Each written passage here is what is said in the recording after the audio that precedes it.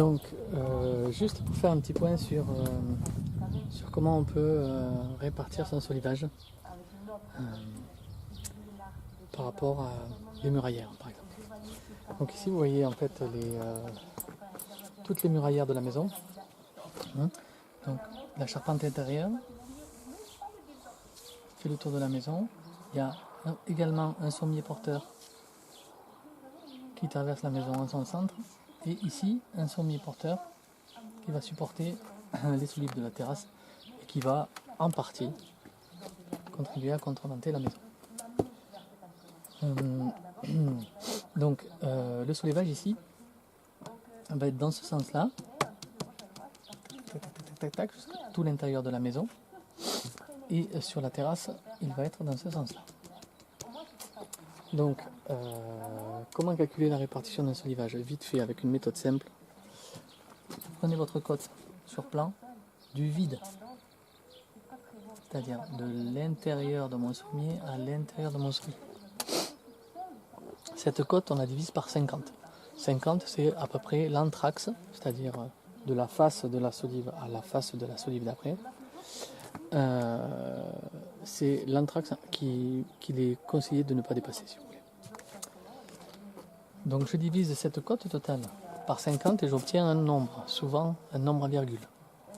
Je prends le nombre du dessus, par exemple si c'est 9,7, 10 solives. Je reprends ma cote là, d'intérieur sommier, intérieur sommier. Je soustrais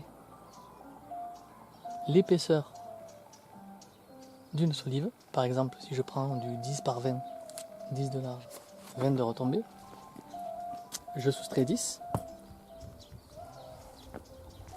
et je divise par le nombre que j'ai obtenu lors de ma première division. Là, vous obtenez votre anthrax avec la première solive qui sera contre le premier sommier, la dernière solive qui sera contre le dernier sommier, et une répartition égale de tout votre solivage. Donc moi j'ai fait ce calcul ici et j'ai fait ce calcul ici. Voilà. Solivage. Donc sur toute la périphérie de la maison, donc les sommiers vont être entaillés avec un anthrax identique pour recevoir les solives qui vont recevoir le plancher. Donc là, les sommiers sur des solives qui vont faire à peu près une longueur de entre 3 mètres 30 et 3 mètres 50. Les sommiers, je les ai dimensionnés en 15 par 25. Autrement dit, on est large. Il faut savoir que si je ne vous ai pas déjà montré donc, comment était foutue la maison, il y a à peu près une descente de charge tous les 3 mètres. Et le plus grand anthrax qu'il y a entre deux poteaux, c'est 3,50 mètres.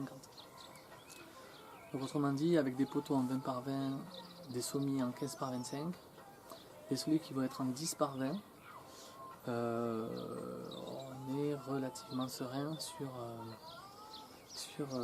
les charges admissibles par le solivage. Donc là, il y a plusieurs méthodes pour fixer un solivage sur les sommiers. Vous pouvez utiliser des boîtiers métalliques. Donc ça a l'avantage d'être facile à mettre en œuvre, ça ne demande pas beaucoup d'outils. Par contre, voilà, c'est un parti pris esthétique. Chacun appréciera en fonction de ses goûts. Moi, je ne suis pas parti sur ça, étant donné que je n'avais pas envie. Donc, je vais entailler mes sommiers ainsi que mes solives. Donc, avec un assemblage très simple de charpente, c'est un mi-bois simple, sans pomme, c'est-à-dire un angle droit. La solive va venir s'encastrer sur le sommier de 3-4 cm.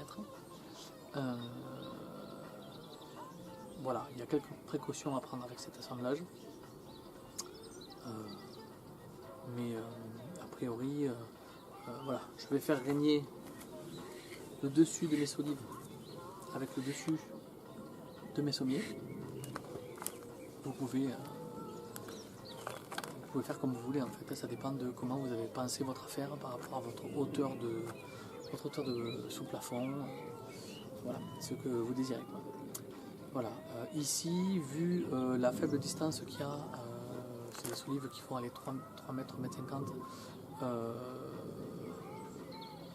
et vu comment ils vont être assemblés dans les sommiers, je ne vais pas les entretoiser. Alors, les entretoiser, c'est en fait, par exemple, si j'avais décidé de poser les solives sur le sommier, sur les 2 sommiers, il aurait fallu que je les entretoise. Tout simplement pour qu'une fois que la solive soit posée dessus, toutes les solives posées, il faudrait éviter quand même qu'elles flambent, c'est-à-dire qu'elles partent de travers. Donc là, il est nécessaire d'entretoiser, c'est-à-dire de mettre entre chaque solive 2 pièces de bois qui les empêchent de verser. Voilà. Au boulot.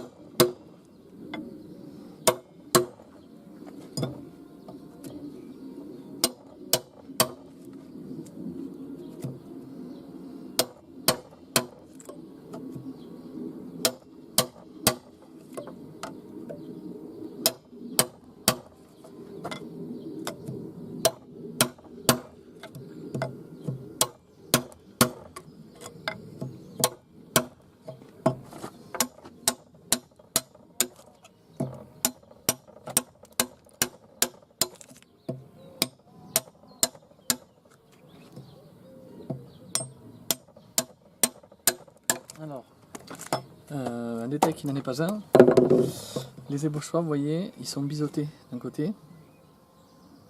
Donc il faut savoir que si vous attaquez avec le plat de ce côté, l'ébauchoir va s'enfoncer comme ça. Voyez. Par contre, si vous l'attaquez avec le biseau donc vers le bas, vous réglez, vous pouvez ajuster de telle sorte à ce que le ciseau va suivre un petit peu la direction que vous allez lui donner. Vous n'allez pas être contraint comme si j'avais fait là pour... Voilà. Alors des fois c'est utile de l'utiliser dans ce sens-là. Par exemple, voilà, attaquer les débords de mortaise, faire propre un bord d'entaille ou je ne sais quoi. Voilà, donc bon, vous voyez, hein, c'est pas non plus la mer à boire. Donc il faut juste y aller tranquillement.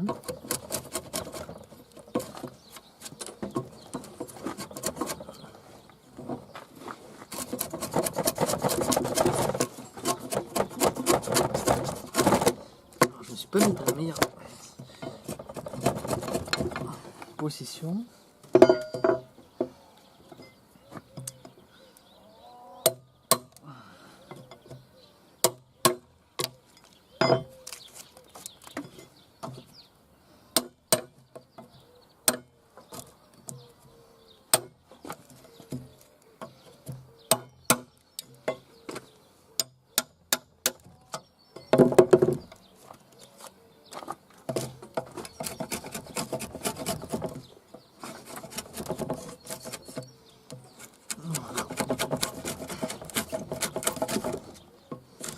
Donc, il arrive des fois, vous voyez, que ça tombe dans votre entaille. Bon, ben, il faut se faire une raison. Ça peut être un peu plus compliqué si vous le faites à la main, mais sinon, moi ce que je vous conseille, c'est de de faire vraiment des entailles de circulaire beaucoup plus resserrées au passage du nœud. Vous aurez un peu moins de mal à le... Voilà. Donc là, vous voyez, je fais les finitions de mon entaille et j'aimerais bien qu'à peu près tous les versants là soient bien d'équerre,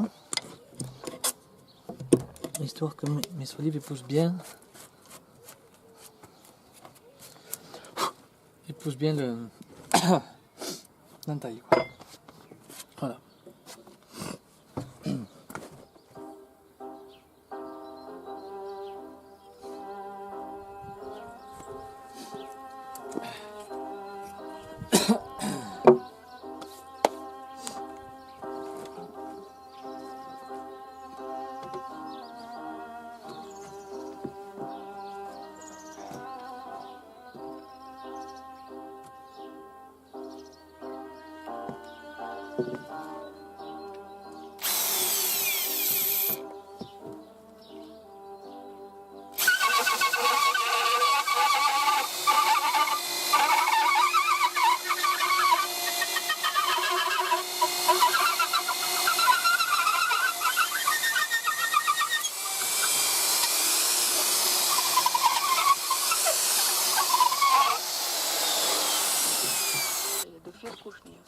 Alors, il vient d'enregistrer un disque avec Martha Argerich. Voici Jason Bronfman, accompagné Argerich à la gavotte. Au final, la première symphonie de Sarkis Prokofiev, évidence, une traduction de piano.